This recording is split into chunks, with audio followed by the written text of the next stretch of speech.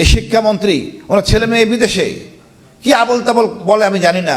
একটা নারীর যদি কোমর পর্যন্ত ভিজে যায় সে পরীক্ষা দেয় কিভাবে? আমি আমাদের প্রধানমন্ত্রীর কোনো সমস্যা দেখতেছি না। সমস্যা হলো ওনার আশেপাশে উচ্ছিষ্ট লোকগুলি, এই লোকগুলি বিএনপির শত্রু। আজকে জামাত ইসলামী বিএনপি দুটাই মজলুম। কোনো রকম বাধা ছাড়া আমরা উন্নতির চরম শিখরে যেতে পারি। কিন্তু দেখেন এই লোকগুলি ব্যাংক নিয়ে কি আবল তাবল কাজ করছে।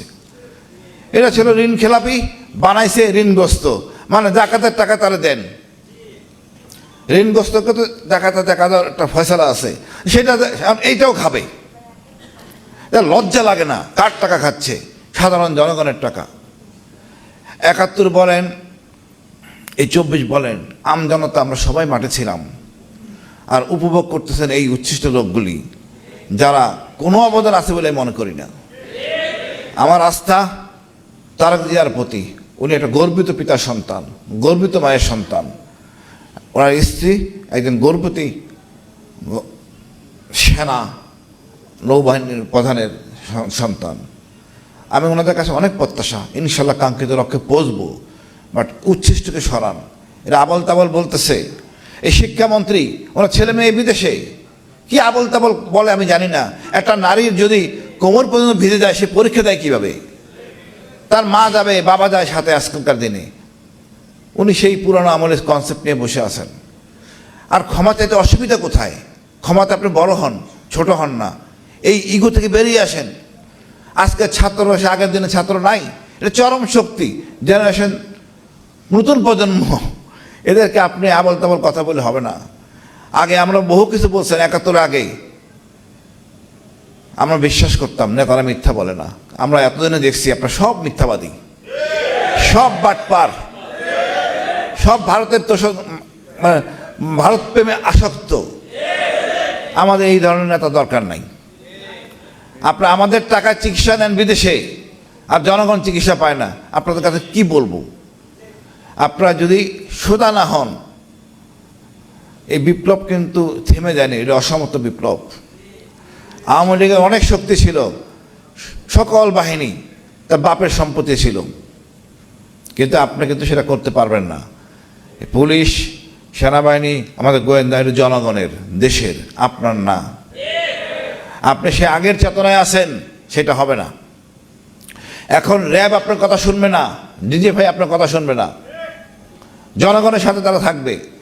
সুতরাং কথা ঠিক মতো বলেন, নাহলে কিন্তু অবস্থা খারাপ হবে। আওয়ামী লীগ ভারতে চলে গেছে বা যাইতে দেওয়া হয়েছে, আপনি কিন্তু যাইতে পারবেন না। আপনার পূর্বে হলো আপনি আরাকান, এরা মগ জাতি, আপনি বেশ সুবিধা করতে পারবেন না, বিপদে পড়বেন। একমাত্র পথ খোলা বঙ্গোপসাগর, এইখানে আপনার সাঁতার শিখতে হবে। আমি বলবো আমল তাবল বলার আগে সাঁতার শিখেন। কতটুকু সাঁতরাতে পারবেন আপনি ভালো জানেন। এই জনগণ আপনার দায়িত্ব দেবে না। সর্বোপরি বলবো এক কথা, আবু সাইদ এদেরকে আমাদের ধারণ করতে হবে। এরা আমাদের গর্বের। এরা আমাদের এমন একটা দর্শন দিছে, এটা নিয়ে আমাদের রিসার্চ করার অনেক সময় আছে। এই বিপ্লবটাকে যদি এখন গবেষণা না করেন, আমরা কাঙ্ক্ষিত লক্ষ্যে পৌঁছবো না। পুস্তকে থাকবে, মাদ্রাসা সিলেবাসে বিপ্লব থাকতে হবে। সরকারকে বলবো, আপনি কৃপণ হয়েন না। আবু সাইদ মুগ্ধদের বীরশ্রেষ্ঠ খেতাবে সম্মানিত করেন। এই জাতি ধারণ করবে। আপনি জনগণের কাতারে আসেন, জনগণকে ভালোবাসেন। শর্টকাট করতে যাবেন না, আপনার বিপদ হবে। আমি মনে করি ভারত প্রেম ভুলে সোজা কোমর হয়ে দাঁড়ান। সেই পথে আমরা হাঁটছি, আমাদের প্রধানমন্ত্রী হাঁটছেন। আমি খুব সাধুবাদ জানাই। আশেপাশে উচ্ছিষ্টদের বের করে দেন, ন্যায় বিচার প্রতিষ্ঠিত করেন। রাষ্ট্র আমাকে কি দেয়? কিছুই দেয় না। আপনার তো সব কিছু নেন, শুধু বাকি আছে এই অক্সিজেন মহান আল্লাহ তাআলা দিচ্ছেন, এইটার উপর ট্যাক্স বসানো, আর কিছু তো নাই। আপনি আমার কি দেন বলেন তো? আমি কিছু পাই না খুঁজে। কেন আমি ট্যাক্স দিব? পুলিশ তো আপনার। আমি একটা চুরি বা কোনো সুবিধাজনক গেলে পুলিশ এমন ভাব করে মনে হয় মহাবিপদে আমি পড়ছি। পুলিশকে সেবক করার জন্য প্রয়োজনীয় ব্যবস্থা গ্রহণ করেন। এই পুলিশ যারা পুলিশে ঢুকে ভালো ছেলে ছিল, সৎ ছেলে ছিল, পুলিশে ঢুকে এরা অসৎ। এরা আপনারা বানান। ঢোকার সময় চাঁদান টাকা নেন, তারপরে তাকে এমন কাজ দেন যাতে সে বাধ্য হয় চুরি চামারি করতে। তা আমাদেরকে আর অসৎ বানাবেন না, আপনারা অসৎ থাকেন, আমাদেরকে ঝামেলা জড়াবেন না। আমরা ন্যায় ইনসাফের মধ্যে থাকতে চাই। আমরা রাষ্ট্রের কাছে একটাই চাই, ইনসাফ আর ভারতের আধিপত্য মুক্ত বাংলাদেশ। আমাদের যা আছে তা নিয়ে চলবো, সেনাবাহিনীকে শক্তিশালী করব, সমাজ জন্য সামরিক প্রশিক্ষণ বাধ্যতামূলক। রাজনীতিবিদরা অনেক কিছু জানেন না, কোনো একাডেমি নাই। আমাদের অনেক পড়াশোনা আছে, সবার আছে, একমাত্র রাজনীতিবিদদের নাই। জনগণের ভোট নিয়ে সরাসরি সংসদে চলে যায়, কি বলে ওনারা নিজেরা বোঝেন না। আপনার দেশপ্রেম সৃষ্টি করতে হবে, আপনার অর্থনীতি বুঝতে হবে, জিও পলিটিক্স বুঝতে হবে।